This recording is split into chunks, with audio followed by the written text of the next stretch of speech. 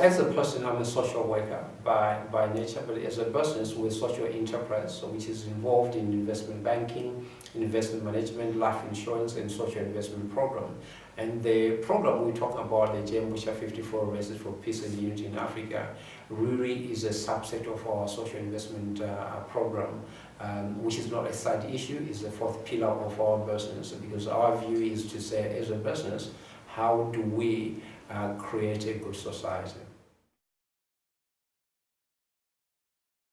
Our vision is to build peace in Africa and the entire world thereafter. It's really to say, how do we try and create the good society we all seek, we all yearn for. As you have seen over the last 1 year or so, so much has been changing across the globe. We've had the Brexit in the UK.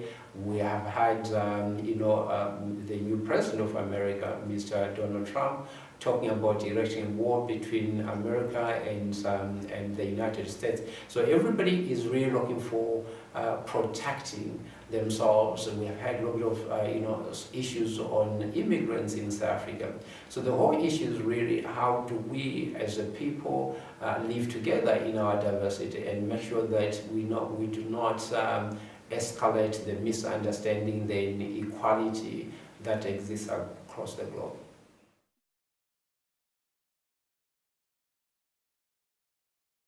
Well, there are three aspects to the rest. The main objective is to say, how do we establish peace as the foundation for economic and social development, and what are the pillars we could use to be able to achieve that objective. And the objective, as I said, in summary, is how do we create an equitable society. So we're going to use sports, arts, culture, and music and education to promote peace as the foundation for development. We're also going to raise money for the AU for peacekeeping missions, mediation efforts, crisis management in Africa.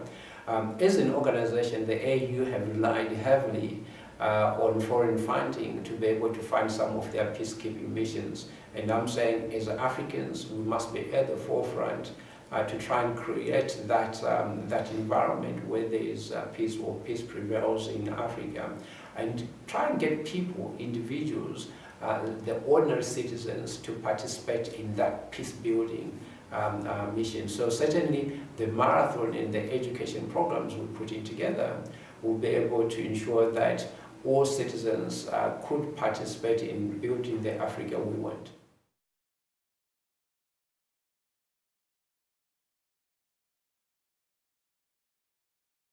Well, one of the key issues we have seen that in the past we've had NEPAD, we've had lots of initiatives that have been started by executives. So we're saying this must be a bottoms-up approach rather than to get senior people, whether in business or in government, really trying to lead what Africa should do, or the path we should take towards building an equitable society. So first, the differentiator here is that this is a mass citizen program. That's number one. Then the second one is to say, how do we then manage to make sure that all the different peoples understand each other. You talked about the xenophobic attacks in South Africa. You've talked about Nigeria retaliating in terms of what's happening here. Going to MTN, some of the South African businesses in Nigeria.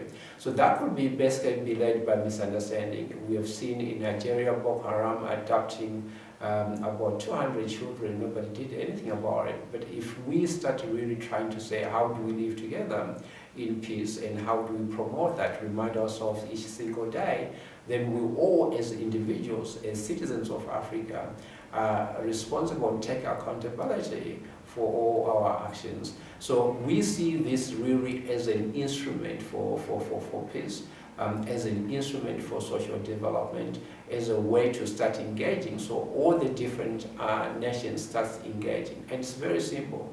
We all have to pledge peace, and it starts with each individual. So we want companies that operate in Africa, we want individuals, we want presidents, we want companies to pledge to peace that they will not be involved in any activities, or promote any activities that, causes distrust, unrest, and all social ills in our continent.